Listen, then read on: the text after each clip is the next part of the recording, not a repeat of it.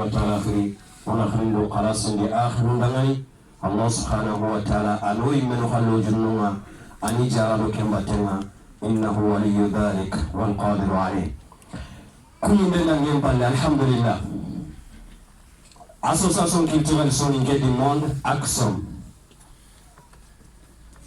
atare amasan kisre objectif de goy kem parti nanti ogari association be ruga no mani nan nerima la kem peti nanti association be ruga tawu oya nanti nikara la kem peti nanti association tanani khadi ay ko ko mo gra ko no mo be association nangabo kahonu nangabo awuyani debe ngano kangano jamali ngano mani afriki me wano ko mon tamme boroni jamali ngolle ngana bilono jamali ngolle na bari erozo ngolle ngana giri ono kitenki ni mona dabari debe khalle ona yana kununye kan khalle ona yana kununye holla kan khalle ona yana kununye bane sunta bane boroni nam association culturelle soninke du monde 2016 mois de juillet 2016 وقرمه حفظه الله تعالى أيها الشيخ محمد سغنا أقال لهم تاغن نغما سرقا بقى ترنقنا داغن كمنا أيها نيغرا غانغو خري ما أيها نيغرا لغدو خاصين يكتا الله سبحانه وتعالى كي ينغتري قرنا نغنو قروني خلاصني ونا دوغنو خلاصني عدي كتراهين كوي الله سبحانه وتعالى كي ينغ السبب سونينغونغا غري نيكي تنكيني مي 31 juillet 2016 ogara meni sendeni nantono khara mo kedema nam kenya lina hotana sara akota oga conference kena onga oma igo griasigi ati nam tumunyeni ona karamo ko bulade dema ona karamo ko bulade dema odungetai mais en tant que yagare en tant que sarana aga yuwaga hayta gono aga ndori ti jamane kay ore munga kasonga ore munga sikes kanye nungule aga simme maria kenkai corona de Afrique tumunyeni naga simme maria ore munga aga ni responsable no nyei Allah waga tirni na ga responsabilité mare nyagare ke wasali ke no wondi amakara atron ngi diga mukuno wondi gilinga la muka ha diga mukuno ada kia ko katta khirsun jimme kia halle nanti la budda corona ngiri ono kitenkini me ona soni ngara khiri ona manu dawari ono kitenki moga dingira no kitana ogo le mununga ogo dambe koinya ogo ladan koinya ogo dinan koinya ogi qara undino dina to imme khanne to imme dambenga iraga fahamunu ina mbili ke killinchike ina ngiri ke kasoi ina ngiri ku escalier nure ina ngiri ke golinya mbala goli kellan tanya na ifo ko ono kitenkini me association ta romana paikia fin 2016 dans le 2017 mais association qui na taunu na association na qui objectif tout nanti maintenant projet bego mara Kenya on a centre kita jamani ke yere en 2018 na tout fin 2016 Kenya un projet ke bego mara oda golli Kenya kama na 2017 nyana ko nam golle sugadi angana yoronadi alle montu golle so angana yoronadi ajate laga angana yi hoygo walle minen ma anga mulana boga kitendi atu gella laga horona place ngaga kuru tay angana mulana kangurja atu yala la wata gana na nyimo ko seki ba milla wata gana na humundi kenga ngana nyangana kangurja alla daga harasa gani mo ko sekedi atu ri mo hondi otaru ora analyse ndabari kenda ni 2017 kena hondi kusuma igri iterekata dinganjui nantenge kata association krisunjui awakunga association yankolanga apes beso watu hijamani ke yermane nangiri nanki kati sukamante corona kitunkini me corona ngolli dome ona hayo ona dingira mungi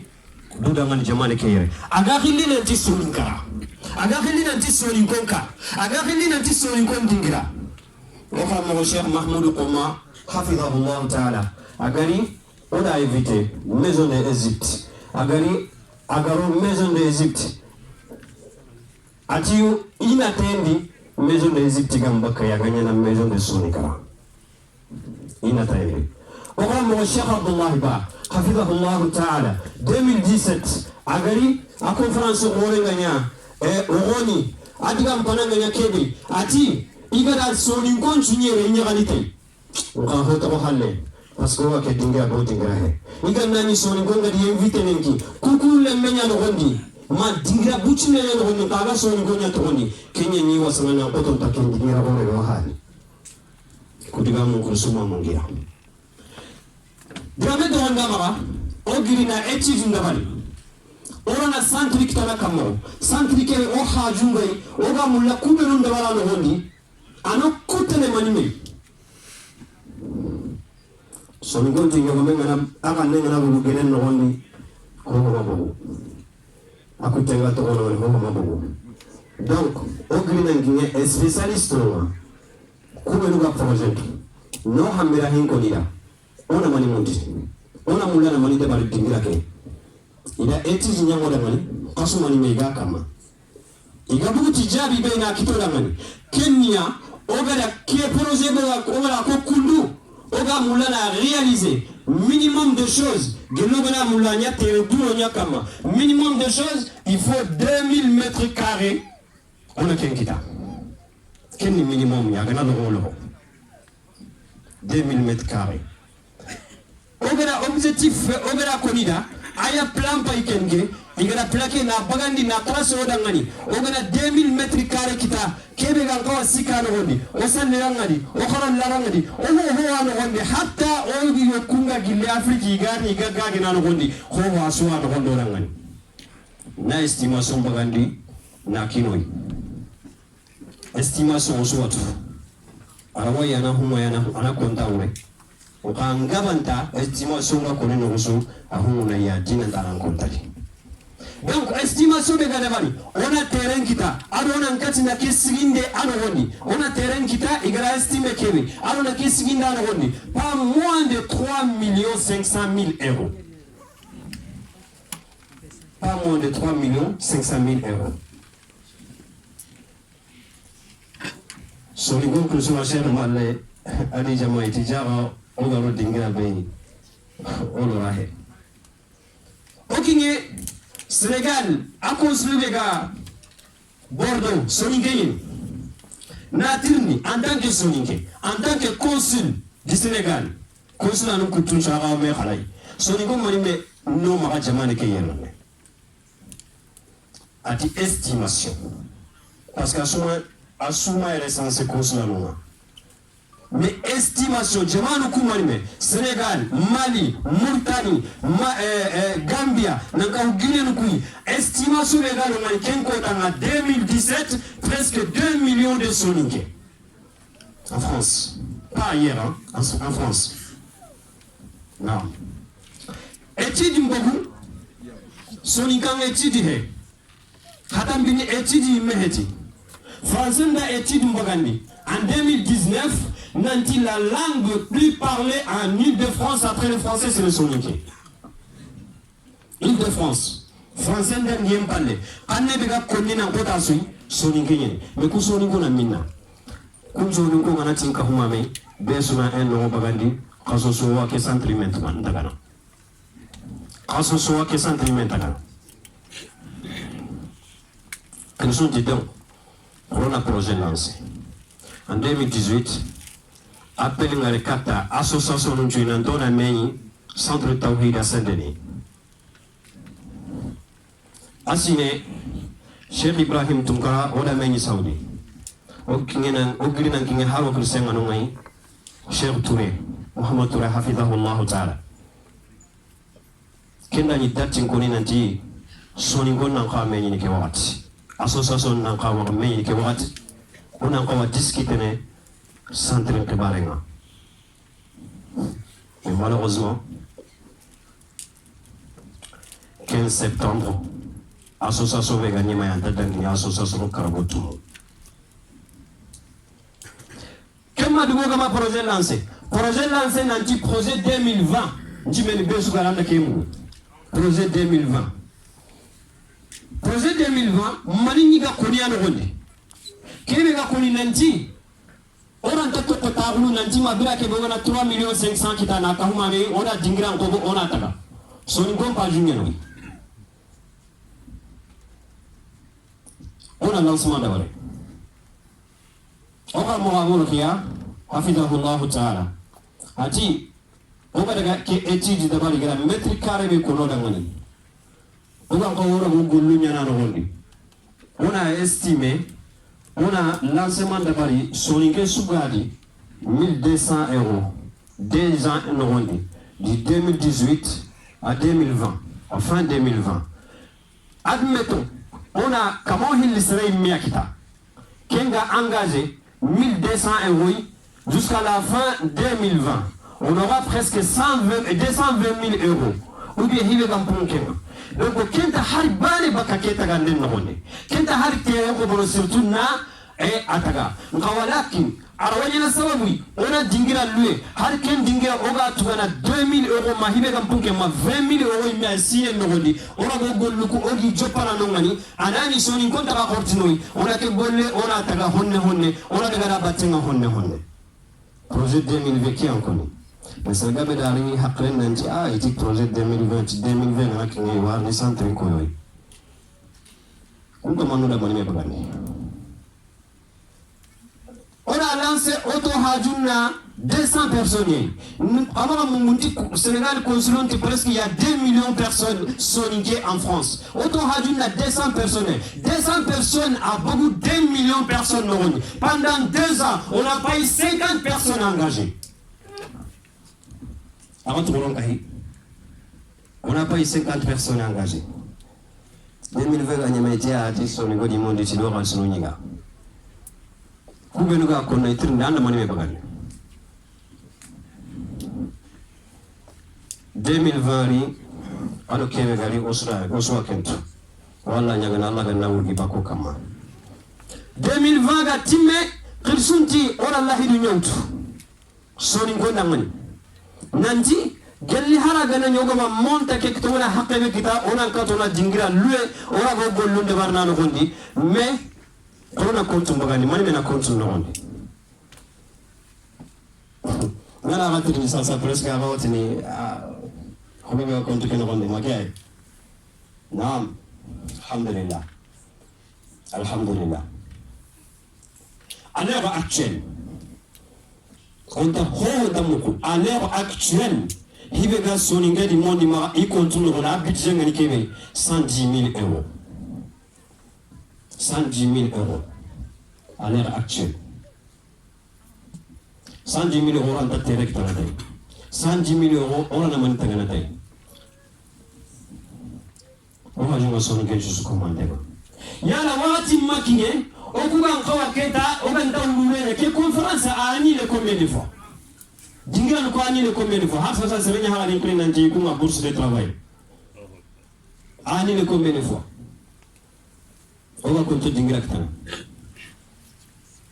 Mais, besoin toi nanti responsabilité rungi imekama. Kullukum ra'in wa kullukum mas'ulun an ra'iyatihi. Kahunu kulanga bo basi suntai.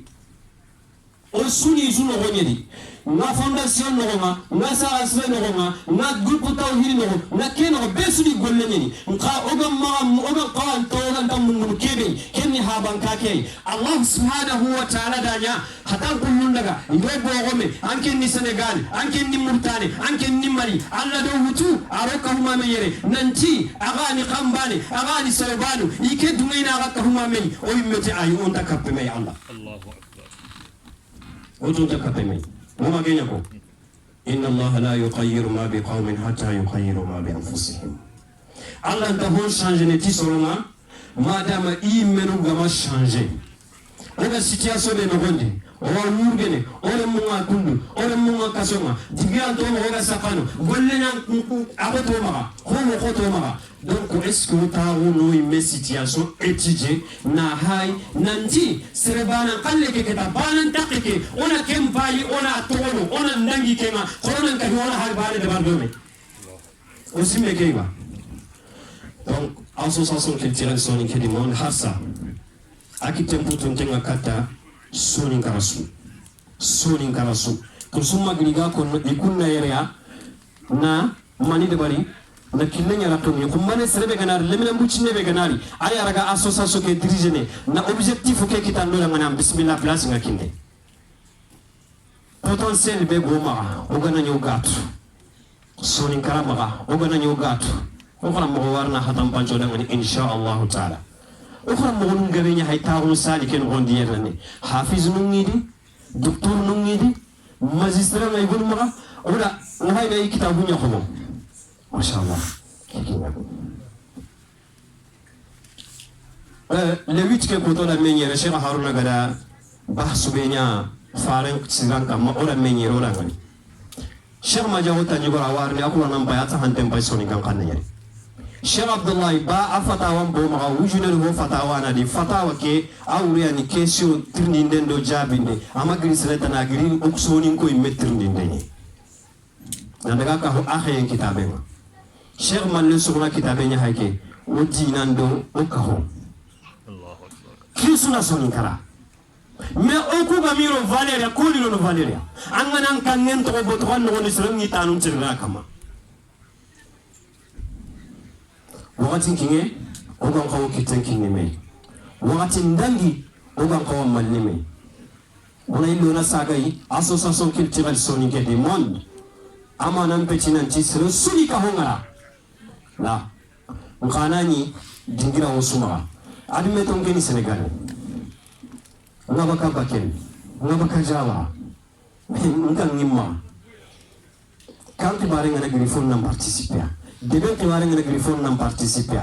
et raison ma e wa kibe gani cercle akhbare ngene grifon nan participer est-ce que kingi mbaka jamani ke khibare ngena ta uti jamani ke khallem be khibare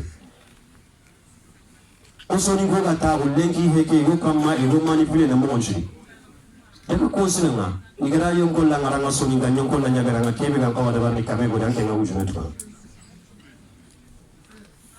tay wakati kama ndiere namundi Allah subhanahu wa ta'ala maga nunu gagiri jingiranga angari amari tinalli talli ina gode kinawa amari nalli nanti karu igwana iroga tabandi no antaire kebe gay nanne kenya Allah ga dokka huti kanne kebe Allah ga dokka huti dina kebe islamahu soninkahu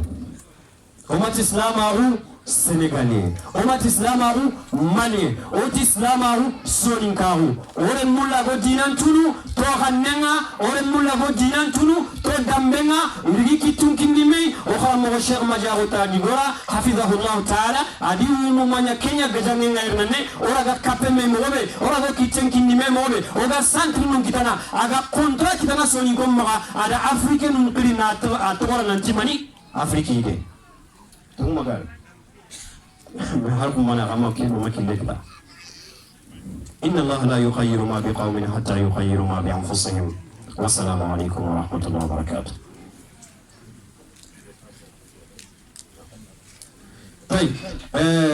نمو هنا أوغا دانجي 1200 غوما أوغا نبيلام بغان دينجيرا كنا غلا تحالا كنتي ماني منا كونتوندي كوناتو 110 millions c'est ça ما شاء الله.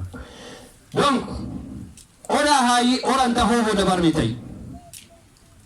On a continué à ça, on a collecté d'abord. Lancement avec d'abord ça, l'inki kota koga Kevin Rondi. Kenya 250 €. Sénégal engagé. Gilet Gumugu Benus Hayran Nantron Kenya. 250 € ni meragat kona mobe. Kirigisi ne kemma dangi ogama dingiran kita. Mais nama mungunu goy Oma illega taru kempalere pasona mulla kharangi kenan dabaria 2020 ken ronga yara ga makitoga dingira kitana kembe covid ngari soninke monde khirsunda koy nanti oranta taawno foko kharamun nan jopea o khamo ko kenan Cheikh Abdurrahman Yatara ida équipe kinai ada équipe ke taawondi nanti foko kharamun nan jopea 2020 sasana soninke monde ala kharamun dun jopa haraga na nyaga nyana li alligne 2020 kata 2021 on a eu presque 150 élève igani kharna weekend su yigundo yagaru igi kharamu ni soni kan lemu ini kharamu ni soni kan kande kay on hay 2020 2021 2022 karabeli la même chose mais ogama kori 2022 2023 kenna ni présentiel ni kenna ni ke covid nyeme ona ni classe ni ngoma ba serebe ganani aga contact gamma anga tunanti dingira no ngakitene sali no ngakitene o prentene oga sali no kutu oga kharam ngende barni ole mu kubelu ga kharanga alininga ina grillininga ina rita présentiel o gira nyawaru o wala yugo kubelu ga kamani kharamundi o manu o habanu kubelu ga kamani kharamundi ina tawu idina me hay 300 fasinga ini kharamundi to soni kan kanne assalamu alaikum wa rahmatullah